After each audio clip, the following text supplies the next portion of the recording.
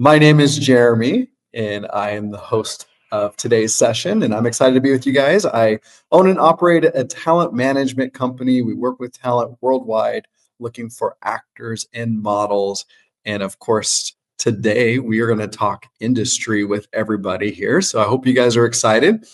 If you want to put questions in the chat as we're talking with my special guests here about the industry, feel free to type in those questions. We'll try to address as many of your questions today as possible. But as usual, our goal today is to solve all the world's problems. So that's what we're going to do. Hope you guys are ready for that. We have an hour to do that. So be sure to ask some good world problem questions for us as we are going through this and solving those problems for everybody out there. So it's good to see everybody. I'm glad to be with you guys. I love Saturday sessions with everyone. So hit me up in the chat. We'll talk with everybody here, but I do have a special guest I'm excited for. I'm going to go ahead and bring her on. Let's see here. There she is. Hello. Welcome. Hi, Shawn. Welcome. Thank you for joining me today. I'm so happy to be here. Thank you for having me. I appreciate you and your time and spending some time with us today. But I wanted to ask, first of all, for those people who maybe don't know you, if you could introduce yourself to everybody and let them know who you are and maybe some of your experience and what you currently do, and give a brief history of who you are. You got it. I'm happy to do it. Thank you again for having me. I love these sessions as well, sharing experience and knowledge with the actors. It's always fun. I am Shawn Brogan. I am CEO, founder, and one of the agents here at the Brogan Agency. We are a full-service talent agency located in Los Angeles. We're representing actors for film, TV, commercial, print, streaming, gaming, music videos, industrials, infomercials, plays, voiceovers, everything across the board. I say we're exclusive, but if you don't live in California, I do recommend and insist that you have a local agent in your regional markets. But if you're for California, we take you exclusively. But we do represent around the world and talent all around the world. We have a wonderful team of agents. So we break it down to departments. So one agent handles you for commercials, another for film, another for TV, so on and so forth. We have been in business for close to 28 years. It'll be 28 years in March, had the agency. We're considered a boutique agency. We only have about 300 clients, 200 adults and 100 children. So it's very manageable, very hands-on. We almost operate like a management firm with the extra detail that we take to attention. So almost 30 years I've had the agency. I've been so fortunate to be in this industry for the past, I think, about 42 years. I started my career in the music side of the business, and that was a lot of fun. I got a big break early in my career. The great late Michael Jackson met me and hired me to go on the road with him. And I toured all of North America for about a year, learned a lot. He was such a great educator and such a great guy. He taught me so much about the business. And then I went on to work for Capitol Records, EMI Records, and then A&M Records, and then into music management. I've worked with a lot of incredible talent. It kind of sounds like I'm name dropping. I don't like to name drop, but it's part of my resume. But I've worked with very closely with the following Queen and Sting and Phil Collins and Jeffrey Osborne and Chaka Khan and David Bowie, Red Hot Chili Peppers. Then I looped back around and started working with Janet Jackson, and then her brother Marlon kind of kept coming. They kept coming into my life. I wasn't stalking them, but it just kind of happened that way. Lots of wonderful, incredible talent. They taught me so much. And in retrospect, looking back, there's three things that every one of them had in common, all these successful, talented people. And I like to share that with actors. The first thing, obviously, is extraordinary talent. You got to have that. But most importantly, they all had such great attitudes. They were kind, nice, easygoing, polite people. Really so important. And the third thing they all had in common was they had incredible work ethic, the most incredible work ethics I've ever seen. And I've never said this in my life about success in this industry. But I swear, if you have those three elements working for you at the same time, I can guarantee you success.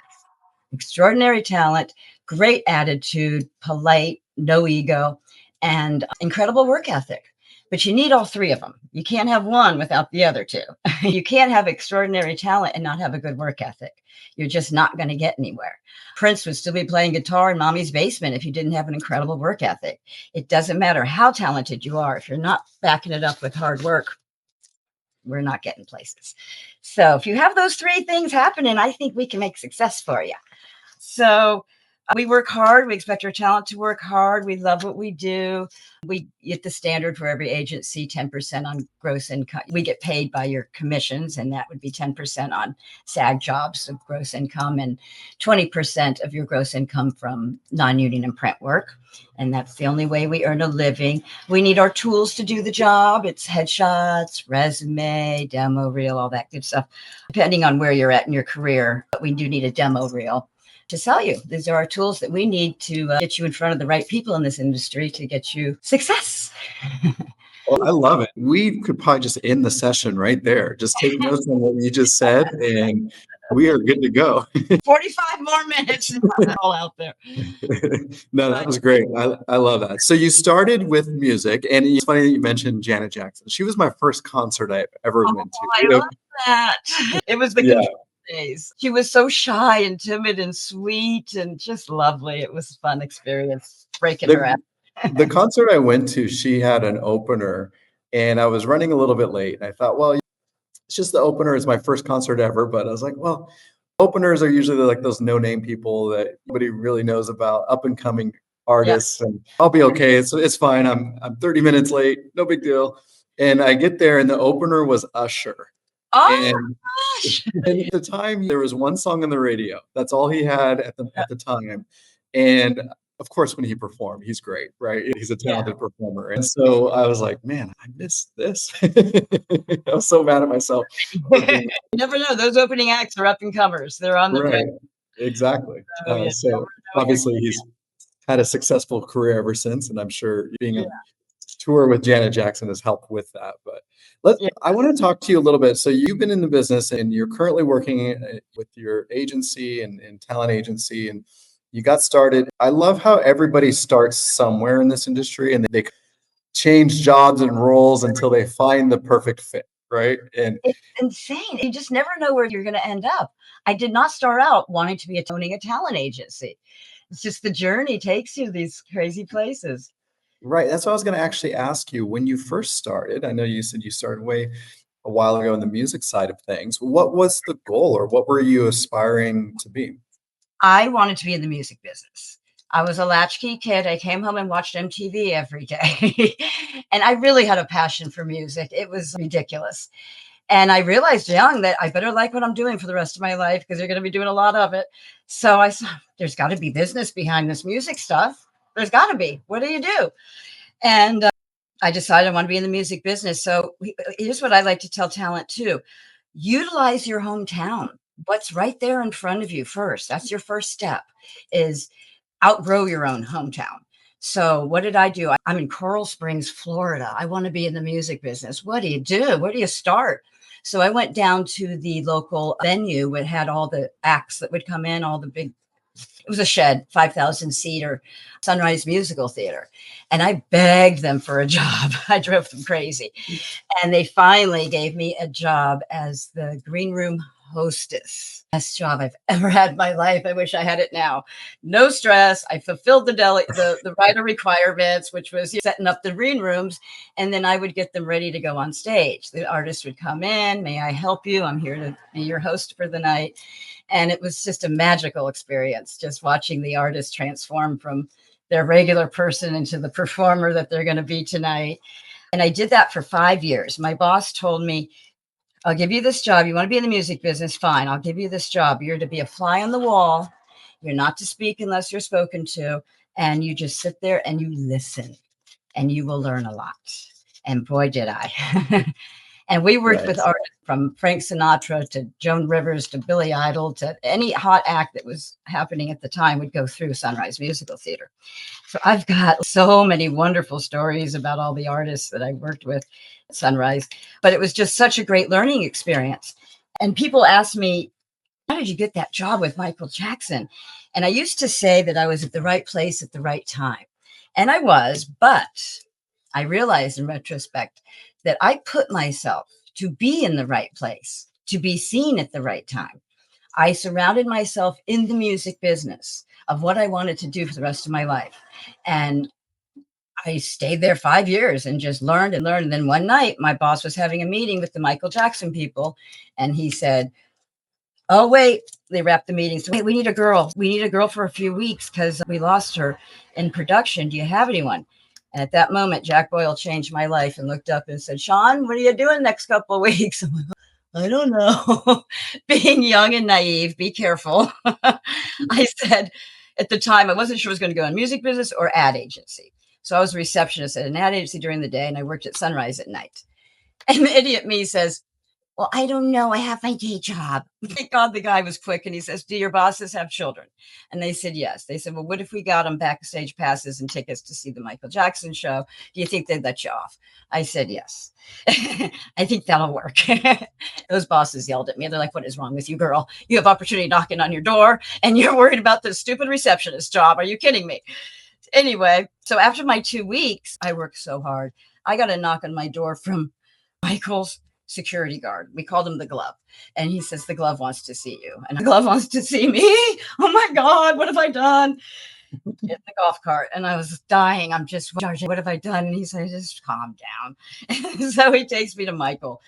And I walk into this huge conference room and at the stadium, and there's all these people, and Michael's sitting there, and he says, you've done a really good job, and we want to take you on the road with us for the rest of the year. Are you available for the next year? And I can do this. And again, being naive, and Michael, you got to understand, I've never done this before. And you've got the best of the best out here. And you just need to know I've never done this before, but I'm going to work really hard for you. He says, it's fine. Calm down. And this I like to share with you guys. He says, you're smart and you have a good work ethic. You're going to be fine. We like it when you didn't know anything because we can train you our way. So you're fine. So off I went. So work ethic really does pay off. I had a point there. What Absolutely. was it? I lost track, lost my train of thought. Anyway. Well, so you went on tour with them for a year? So then I went out on the road for a year. I was Wow, way that's in. amazing. Because the first stop we made, my boss had a nervous breakdown and was taken away, and I had to take over the job, and I had to do production. I was a production manager, which meant I would pull into we'd pull into town, and my first call would be to the fire marshal, and we'd lay out the entire backstage. Food world goes here, dressing room world there, production here, and where everything went. And I'd order porta potties and fencing and visqueen and just get everybody set up and then do production. It was fun. It was a lot of fun, a lot of excitement. Lots and lots. I bet. Let me tell you a quick little story about work ethic, just if we have time. One morning I was working in my trailer. It's 9 o'clock in the morning, and I heard noise on the stage, and his stage was off limits. I had a 24-hour security guard sitting on that stage at all times because it was made of plexiglass. And if soda was spilled on it, he couldn't do the moonwalk. It had to be pristine at all times. So one morning I hear noise on the stage. It was the night after a show. I'm like, oh my God, who's on the stage? So I go running out to the stage. And who do I see? Michael Jackson. 9 o'clock in the morning, sitting there dancing away. I was like, Michael, what are you doing? He says, oh, hi. He goes, you missed some steps last night. I said, no, nobody noticed you missing any steps last night, Michael. The show was sensational. He goes, oh, no, I know. And I messed up a few things and I've got to get it right. Now, mind you, he was the biggest star in the world at the time, bigger than Taylor Swift and Beyonce put together. He was huge. And here he is, 9 o'clock in the morning, working on his act. I was just blown away. I was like, and that's why you're the king of pop, Mr. Jackson. Go at it. I didn't have to do that, but he did. But that's why he was who he was. He worked that hard. Right, absolutely. I love that. Those 3 points, like you said, obviously talent is key, but work ethic, without the work ethic, You're done. You could be the most talented person in the world, but not be seen by the world. Exactly. And if you're a jerk, you might last 5 minutes instead of 5 years. Just be pleasant, be nice, be easygoing. be grateful to be there, be in the room. Right. Absolutely. Now, with the music industry, obviously you have a lot of knowledge and background in that. And I want to talk about what you're currently doing with your agency. You represent music as well as actors and everything, or what do you guys really specialize in? I have a handful of musicians from my past, musicians that work with famous acts. We have a lot of the guys from Santana and guys from the old Tom Petty band and stuff, but we don't have a music department. I'd like to develop one at some point, but we just handle actors for film and TV and all those departments and nurture them and develop them and get them out in front of the right people that need to see them. And do you work with all ages as well? All ages, yep. We call it newborn to diapers. I love that. Now, as you mentioned that you're like a boutique agency, right? So as a boutique agency versus a non-boutique agency, what does a boutique agency offer versus CA? Because we are so manageable that we can give you extra attention and extra love that you desperately need. We're more hands-on. We walk you through the process a little more. We help you edit pictures, get you with the right photographer, get you in the right classes. We can actually answer the phone and talk to you when you need us. I'm really big on communication. Professionalism, loyalty, communication are my three big things. You've got to have those elements. But as far as I'm concerned, we're business partners once you sign with the Brogan Agency. So we just need to approach it like a business partnership. But I think just more hands-on, being manageable. And I guess we can offer that a little bit more. We also have a lit department too. I don't think I mentioned that. It's separate from the actor stuff, but we do have that available. Nice. And so obviously being a smaller agency helps you be more hands-on. But what some actors I don't think understand or realize, they think, oh, I want to be at the big agency. But sometimes you can get lost in those big agencies, or you can not get the work that you need. Talk about this for a minute. I love signing new talent, brand new talent. This is going to sound corny, but it's going to have a little highlight into my character. I like to be the Michael Jackson in your life. Michael believed in me before anyone could have or would have and should have. And I like to be that person in these young actors' lives. But we're a good agency. We're really good at what we do. And if you haven't had an agent before, you don't have anything to compare it to. So what happens sometimes when I have brand new talent and we start rocking and we're rolling, we're cooking, you're going on auditions, you're booking jobs, we're doing what actors are supposed to do. I'm doing what an agent's supposed to do, and everything is going great. And my beginners, they look across the street and they see that big 20-story building and they think, oh, I'm doing so good at this boutique agency. I'll do even better at that big building. Biggest mistake you could ever make. Trust me. We're all dealing with the same casting directors, the same projects, the same TV shows. When you found magic in this business, if it's not broken, you don't need to fix it. Leave it alone. Let it be. Don't let your ego take over and think that it's all because of you. I'm such a great actor. I'm doing good just because of me. Don't forget the team that's behind you that's doing this too. It's a team effort. We're all working together. And if you found that magic, you better hang on and hang on tight, because it's heaven. It's magic in this business. I've had a few actors do this and go across the street to CAA after they start rolling. I get them on that series regular, and now they're cooking. And I swear every time it's ever happened, in 6 months, they're knocking on my door with flowers and candy, begging me to take them back, because CAA won't even return their phone call now. And now I'm disgusted. You cheated on me. You want me to love you just same as I did? Really? And take that back in that excitement? Oh, I probably won't take you back. So my point is, when you found it, magic, and it's not broken, leave it alone. If you feel you need to add more, this is where you bring in the communication feature to your agent and talk to us. I do have a couple people at CAA. We're sharing them. We're sharing the talent. That can be done. We can do that. We can co-agent with each other. You know, instead of that actor having a manager, they have me and CAA. Call me whatever you want. Just give me my 10%. I don't care if you want to call me a manager or an agent. But you don't want to cut off the mothership, the one that loved you, the one that nurtured you, the one that got you there, that brought you into port. It's not a good idea. You want to cut those lines to go out to sea by yourself? No. And you want to be the big fish in the small pond, because we're going to give you so much attention and love, and it's not broke. But we can bring in extras if we feel it's necessary. I find the only thing that benefits us for those big boys is the in-house packaging that they do. Other than that, we're all doing the same doggone thing with the same casting directors and the same networks and the same studios. But they do have those big in-house packaging. That means when they represent the producer, the director, the writer, they have all of them are in-house. And then they just in-house looking for the actors to fulfill these roles. But it's called packaging, and it's kind of not fair, but it is what it is. I get that stage. You can do that, and more power to them. But I think that's the only benefit you get that I can't offer. Really, I know you all say, oh, the contacts. I've got all the contacts. I've spent 30 years building relationships with these casting directors. I'm working with the big leagues here. ABC, NBC, Fox, CW, you name it, Disney, Tyler Perry Studios, HBO, Netflix. We're working with all of these guys, just like CAA. I have the same relationships. Right. So, it's a personal thing, and it's something you should discuss with the agent. You don't want to kick someone to the curb that's worked so hard to get you where you need to go. That's just bad karma, too.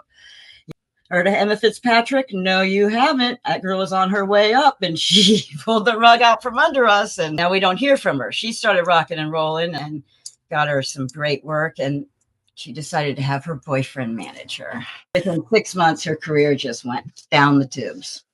Well, and what people don't also need to understand is that a casting director, they don't really care where the talent, who represents them. Right? They don't look at that side of things and say, oh, right. They just look at the talent. And if they love the talent.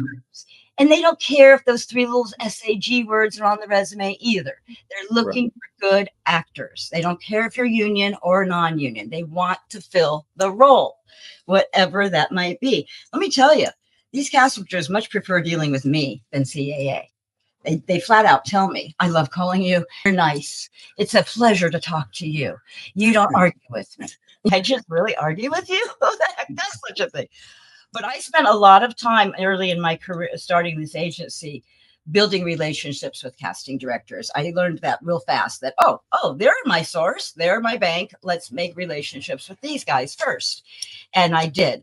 And now they're all my friends. They're industry family. We go to lunch, brunch, cruises, vacations, happy hours together. We hang out. We love each other.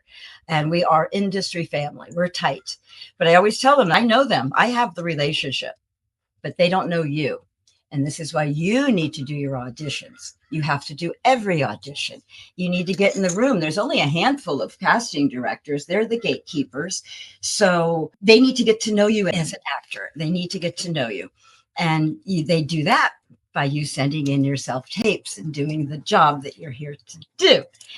And I know that I get this question all the time. How can I stand out to casting directors on my self-tapes? How do I stand out and be memorable? And I have the answer. I've asked them myself, and I get the same answer from every casting director I ask. It's really simple and it's really obvious, but it's the truth. You're not going to like the answer, but this is the truth. I have the answer. Be a great actor. That's how you stand out. That's how you become memorable to casting directors. Be fabulous. That's it. No confetti, no glitter, no bells, no whistles, no spelling your name differently so you stand out. Be a great actor. They'll never forget you. They're looking for great actors. And if they don't want you for this role, they're going to save you for another role. Very often the auditions go like this. It's self-tape, and they'll have the casting associates, the casting director, someone maybe from the network, the director, a producer in that room watching your self-tape, and they'll go like this. I like this Susie. She's a great actress. She fits the specs. I don't feel her for this role, though. Well, let's just pass on her for this role. But your script we read last night, we're going to do next month. Wouldn't she be great for the role of Franny, or your name? Wouldn't she be great for that role? Oh, let's put her in that pile. You're winning because you did an audition. So you got another opportunity out of it. So don't focus so much on the little details, guys. I get calls every day of actors saying, I'm not available for the shoot date, so I can't do the audition. First of all, shoot dates change constantly. Right. The audition, you're probably not going to get it. It's not an offer. It's an Right. audition. You all think that auditions are offers. They're opportunities to get in front of a casting director. Right. Do it. Turn it in. You most likely aren't going to go forward, but at least they've seen you and they will put you in that other pile. And just And what actors need to understand also is that when they get requests for an audition, there's something that the casting liked about them and actually requested that they audition, right? So they're getting an invitation. and we beat out every casting directors tell me they get 2 to 5,000 headshots per role. We beat out thousands of people to do that. And that drives me crazy. I'll get the calls. I get 101 excuses every morning from actors why they can't do an audition. And I'll get the call, well, I'm not right for this. That one drives me the craziest. You're not right for this. Well, I'm sure glad you're not the casting director. Let me explain something, little actor I love so much. I think you're right for it. The casting director thinks you're right for it. You've got 2 industry experts that think you're right for it. The only person that doesn't think you're right is you. Why are you talking yourself out of a role? There's something there they want to see. Now, keep in mind, too, sometimes these character descriptions, you'll look at the character description, you look at yourself, and go, I don't see it.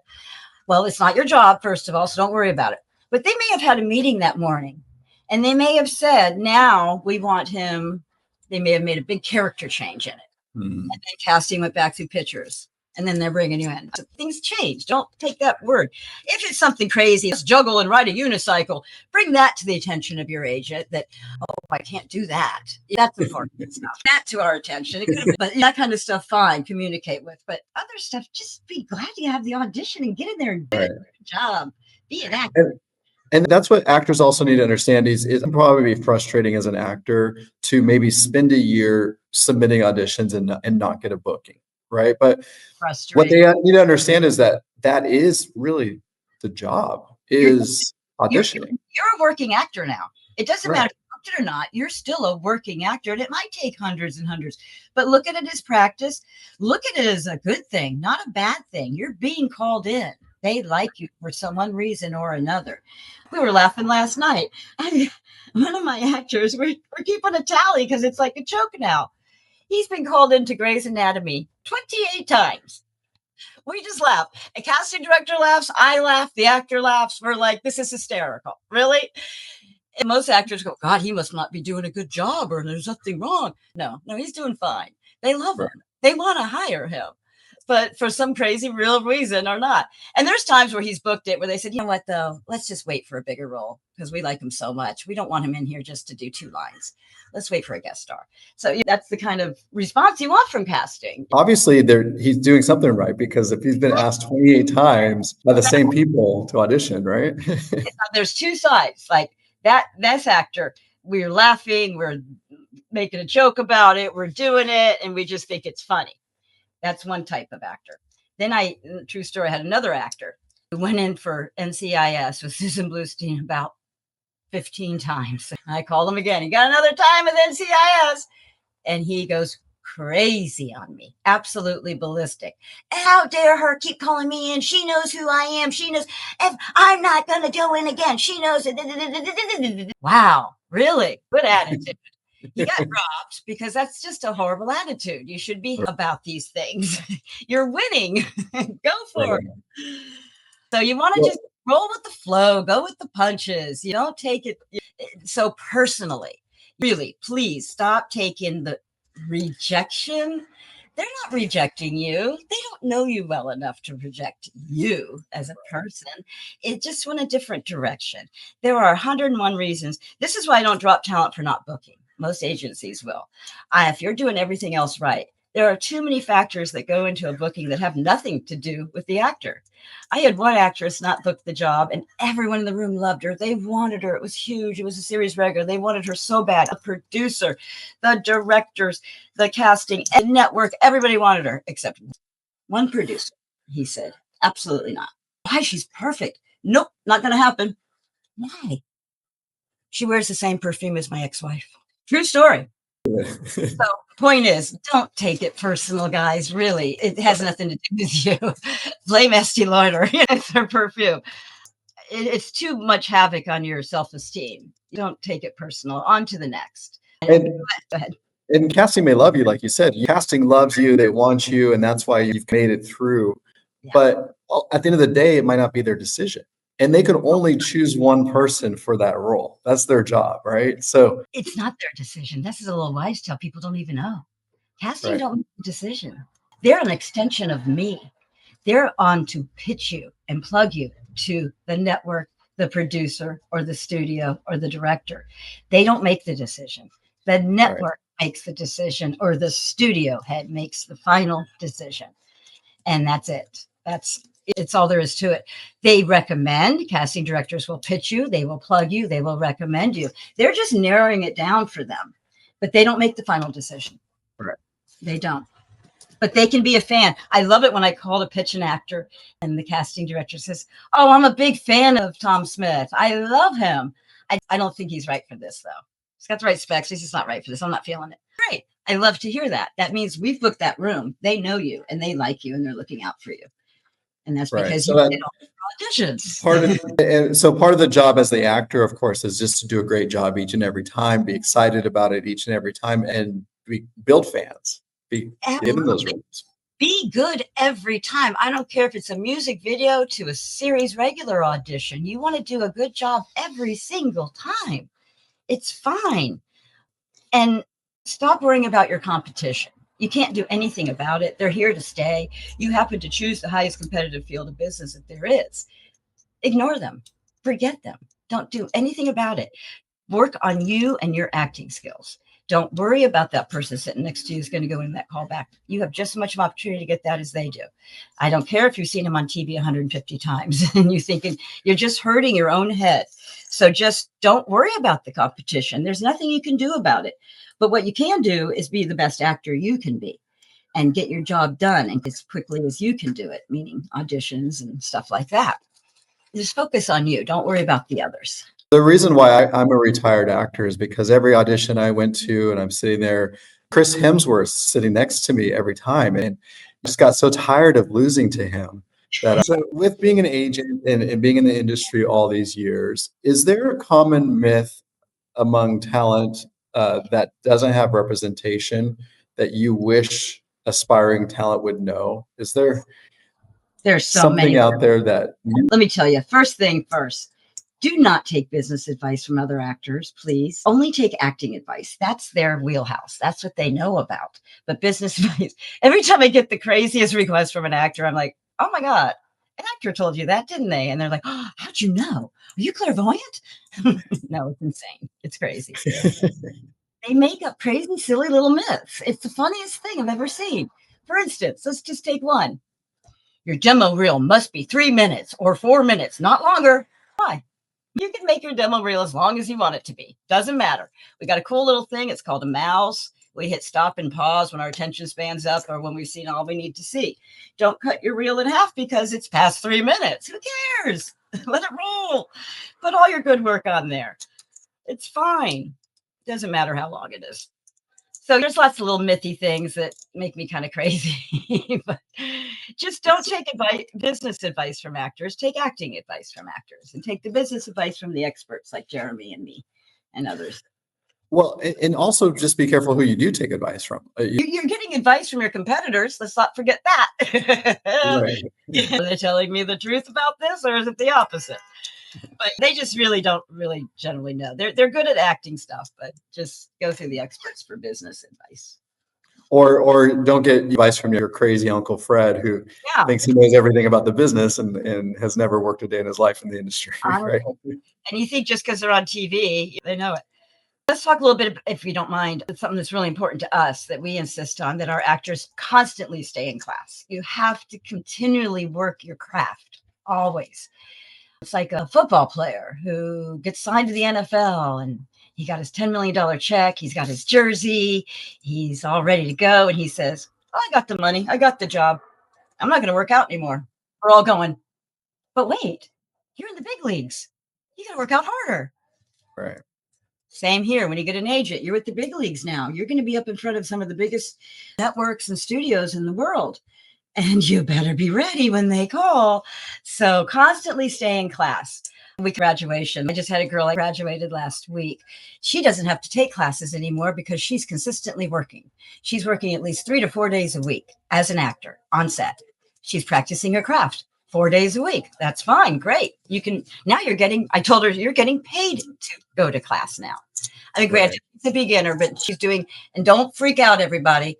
She's doing vertical shorts because she's just starting out. She has no demo reel. She has no experience. I know it's a big vertical shorts. There's nothing wrong with it. When you're starting out, I need tape copy on the girl. I need her to get some experience. I need her to put some stuff on a resume. She's booking left and right.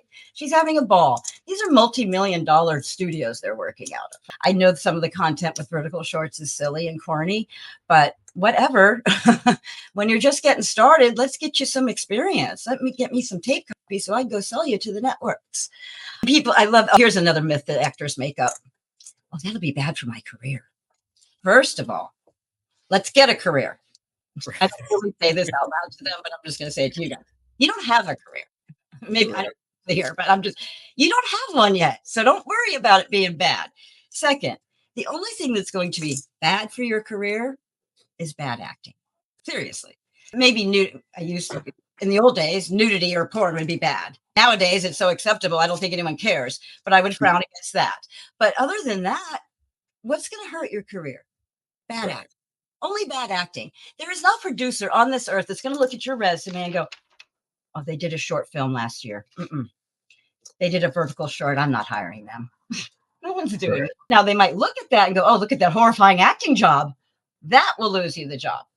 But just be a good actor all the time and nothing's going to hurt your career. And I say this, I've said this before. Bonnie Wallace, Dove Cameron's mom, I was talking with her a while back, and she was telling me how when Dove first started, her big breakout role was on the show Shameless. She had a reoccurring small part in that series, and her dream was to be on Disney, star in a Disney show. And this is obviously before Liv and Maddie. But when she got that part on Shameless, being more adult content show on HBO, she was worried, oh no, this will hurt my Disney opportunity. Oh, right. Sure. And she was on the show, I think 3 or 4 episodes is what she ended up being. I don't know what season it was, season 3 or something like that. But that was actually her big break. They saw her on that show, and when she went into audition for Disney. It's all stepping stones. Everything in this business, you work with one thing, it's going to lead you to the next. Right. Yes. And let me back up a little bit. When I was talking about vertical short stuff, these are for beginners. Yes, we are very selective once we get you out and on series and things of what we're going to do next. And we really think about it thoroughly. Villain in this one, let's go look for a romantic lead now. So then we start really putting some thought into it. But these beginner early stages just work. Right.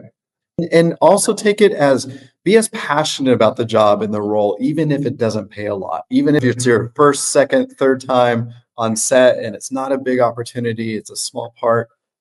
Let me tell you how success happens in this business. Repeat business. That director worked with you on this little thing. He's not staying in that realm. He's not going to stay and do music videos for the rest of his life. He's going to go on and do a film or a TV show or commercials, and they'll take you with them. I watch it all the time. We worked with him in the past. We love him. Let's bring him back. Clint Eastwood was good for that. He would always bring people back. I got a cute little quick Clint Eastwood story. I had one of my clients booked 4 seasons. What was it? 4 seasons. Yeah. What was it called? Anyway, the band was 4 seasons, and they had a 5th member. And my client was in the movie as the 5th member. But the network said, Clint, we need to cut it back a bit. We got to cut the 5th member out and put more music in. Well, Clint was heartbroken. He called me personally to tell me that my client was cut. And it was so sweet. He said, I'll think of him in the future. I said, oh, thank you, Clint. That's so sweet of you. Thank you. A few years go by. I get a call from Clint again. Hey, I'm doing this movie. Oh, I want to call it The Assassin. Is that right? The Sniper. Yeah. He goes, I want to bring him back for my new movie, Sniper. He's going to play the sniper. I was like, oh, great. Thank you. They don't forget. They're really good. So things happen, though. You get cut out, and that's all part of the growing process, being an actor. That was a heartbreak. My guy had a big lead, and that was a big move for his career. And then he got cut out. Hardest call I ever had to make. What do you tell an actor who's maybe getting opportunity after opportunity, but not booking anything or feel like nothing's happening momentum wise, what's your pep talk to them? I'll start by probably getting notes from some casting directors to see why. And if they're the regular reasons, oh, they just went in this direction. You're winning. I'm sorry, but you're winning. Believe it or not, these losses are wins. And you're going in, you're getting seen, you're doing the job, you're a working actor. It's just all part of the game. The right fit will come. Don't worry. Don't get discouraged. Keep going forward. It's right around the corner. I promise. It really is. You're on the right path. Rejection is good. It means you're in the game. I used to tell my team every day, let's try to fail 50 times today. And that means we're going to pitch 50 people. And if they say no, and at least we tried. And it's just about casting the net, throwing that line out. You just keep doing what you do. It's a good thing. Don't get discouraged. Don't get mad at yourself. It's not your fault you didn't book it. If you put the work in, if you did everything right, you turned it in on time, you worked hard on it, you don't need to beat yourself up. You didn't do anything wrong. I had someone not book the job because the freckle was on this side of the cheek and not this side of the cheek. Such an easy fix. Makeup. Right. No. But no. So don't take it personal again. You just put your work in and it will. Just put your nose to the grindstone. Don't look up until you get that book in. And there's nothing you can do about a freckle being in the wrong place or being too tall or that has nothing to do with your acting skills or you as a professional actor. It's nothing to do with it at all. But they're the silliest reasons I've heard. That's why I don't want you guys taking that word rejection and running with it. It's not personal. It's just the name of the game. And if you can't handle it, then this might not be the right business for you. But you got to just take them all as wins. Every audition you get, you're winning. You're in front of another casting director that can help further your career. And again, they don't forget, they're elephants. I tell you, they have the best memories. It's mind blowing, actually. well, it is too. It's you stood out to them, and so you're different, and so they remember that, right? Because they're seeing hundreds of audition tapes every day of the week. And hundreds and hundreds. Yes. And I probably shouldn't give out this tip, but I will. Don't wait till the deadline, for goodness sakes. Then early. Are you kidding? I have a 48-hour rule around here. You have to have every audition turned in within 48 hours. I don't care what casting says, with the exception of live plays. I let you run it through because that's always more singing and dancing. But because I sit on this side of the desk and I get those calls. I'll have an audition for an actor. I'll send it out on Monday. It's not due till Friday. Casting's calling me on Wednesday telling me that it's at network and we're waiting for approval. And thank you for turning it in so early. I get a call Wednesday afternoon and there she says, network approved it. Let's book it. And I've got this job wrapped and closed Wednesday afternoon. And the loser actor's laid on the couch going, it's not due till Friday. You've lost out. Now, think about the logic in this. This is why I started this rule. Anything that's ahead of schedule in this industry, we're saving money. So what happened in that situation was casting was thanking me profusely for turning it in early. She is a hero to production because she got this wrapped and done 2 days ahead of schedule. They're loving casting directors, loving actors, loving me, and everybody's happy. So this is part of your competition. The early bird gets the booking and she's done. They're happy. Nobody wants to. And the thing is, think about it too. You've got 250 self-tapes to look at. You sit down, you're a casting director. You sit down to look at them. You found the guy. 10 in. He's the guy. I don't need to go further. He's the one. Boom. Because he turned it in early. Right. So there's no point in watching the other 240. Exactly. Because that's just wasting your time and you've already found the guy. Found him. Finished. And that's the other thing I always try to tell new and aspiring talent is that get really good and really comfortable with self-tapes and become quick with being able to do your setup. So practice that at home. Those of you who don't have representation today, who may be watching, get a self-tape setup at home and practice. Because imagine you're the person that spent 3 hours to film this 30-second self-tape and you got it in and casting went through 10 tapes and you happen to be number 12 and they chose the person off of number 10. You spent 3 hours of your life on something that they didn't even watch. Mm-hmm. If you were able to do that quickly and maybe just spend a half hour on it, it's so much better for everybody involved, Absolutely. including Having you. that. They can turn it in faster, right? And there's little tips. Make sure you have a ring light. I'm a great example of a bad example right here today. Brownness behind me. I'm a brunette. What am I doing sitting in front of a brown background? I'm a floating head over here. You want to have a nice contrasting color behind you. African Americans, don't put black or brown behind you. Caucasian, don't put yellow, tan, or white behind you. Nice contrast. So you pop. It's little things that go a long way. And good ring light. I don't even have that. Don't do what I'm doing. Ring light, good audio. And what we would do at the office when self-tapes first started is we just took a wall and we put a curtain rod on it. And we went to the 99-cent store and got a whole bunch of different colored shower curtains and just hung them. And so we would pull the shower curtain for whatever color we wanted. Right. Really simple and easy to do, but you got to practice it. And this is the new first impression, guys. You can't be standing in front of the refrigerator with kids' artwork and the dog chasing the cat and another thing, a ceiling fan above your head, things like that. You can't do that. Will you be proud if CBS watches this? Are you going to be proud if Hulu is watching this and Netflix? That's your first impression now. So it's got to be good. And just do the words on the page. You're not the writer. Do not change the words around at all. You can add your flair, but big mistake is when they change the words. Don't do that. You're not the writer. You're the actor. You're hired to bring those words to life, not to change them. They have professional writers doing that.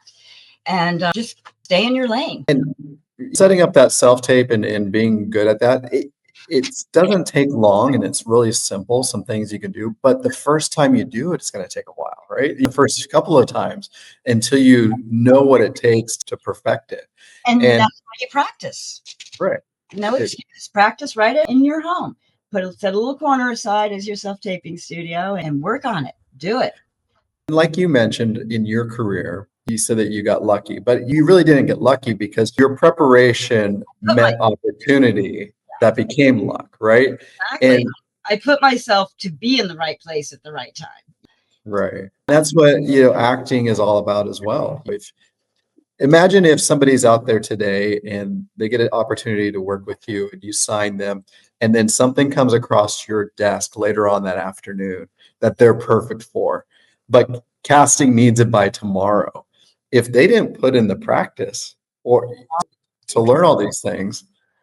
Exactly. That's why I'm in class, because when I call you for that series regular at CBS, you better be on it. You better be good, because they won't be back if you're crap. They're just not going to be interested anymore. This is not the time to cut your teeth. This is the time to be a pro. And remember, guys, these are huge, major American corporations. They're very conservative, as they've been proving. They're big time American corporations. I know you're in the artsy fartsy field, but you're merging with huge corporations. You can't mess around. You got to be on time. You got to be 15 minutes early or you're late. You got to be prepared. You have to have a good demeanor. You have to present yourself well. They are no joke. They're judging every single thing about you from the beginning, especially these series regulars, because once you sign up with that, they own you and you are representing them on a daily. And they're very particular who's representing them and what they're saying and what they're doing. So you got to be careful on your social medias right now, guys, especially now. Serious. I can't go yelling about Jimmy Kimmel. My actors can't go yelling about Jimmy Kimmel because we'll be banned from ABC. The trickle down of this is very scary. You know what I mean? I can't go sharing my point of view anymore because I'm attached to ABC and they won't work with me. It's kind of scary how we're being silenced.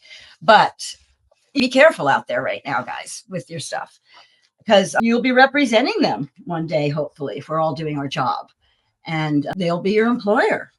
And hopefully you'll be making good money as well, right? That's obviously the reason why. This is why we go through blood, sweat, and tears. And now we're getting $75,000 to $100,000 per episode. It's fun when we get to that rate. It's really fun. So it's the complete different world. It's a whole new ball game, baby. And you better fly right. They don't mess around. You got to be really. I've had people get fired at the table, Reed, because they were blowing bubble gum. It's no joke.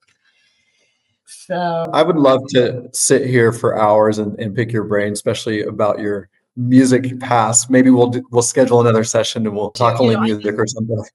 I got a publishing house asked me to write a book, so I'm in the midst of that now with all my music Nice, business congratulations.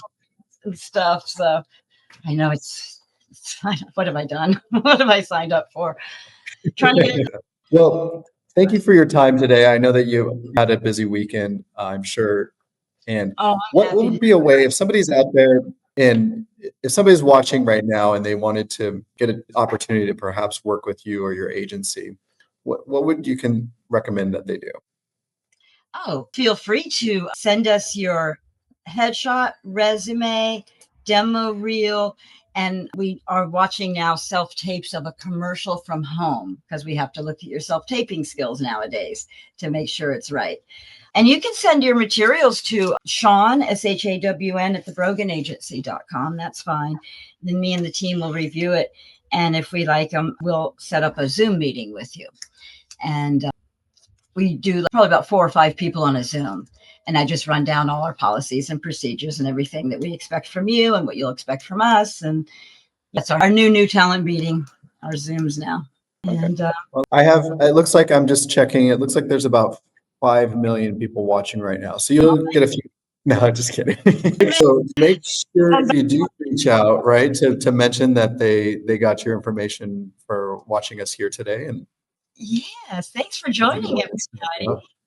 I yeah, love being here. I love doing this. Is my favorite part of the job. I like to share experience and knowledge and help beginners and the veterans get through this. It's a tough gig you guys chose for yourself. So we're here to help you. Hopefully. well, we love everybody being here today. And Shawn, thank you for coming on. I appreciate your time. I know the last time I saw you, I was trying to think when we saw each other in person last. Orlando. Wasn't too long ago, but hopefully we can get a chance to see each other again and definitely I want to dive deeper with I the love music. your events. Your events are my favorite. One of my favorites. They're just so lovely and well done. I always Well, find such great talent and find such good people. I appreciate that. I tell everybody that they have to say that about my. You didn't tell me. Enjoy the rest of your weekend. Again, good seeing you. Hopefully we can see each other soon. And thank you everybody for joining us. We will see you guys No questions? on the next one. Well, that was all the questions for today. That's all the time we have. I didn't realize that. I thought the talent were going to ask you guys. Well, thank you for having me and feel free to send your materials. And I appreciate all of your time today as well. Thank you. Enjoy your weekend. Bye, everybody. You too. Bye.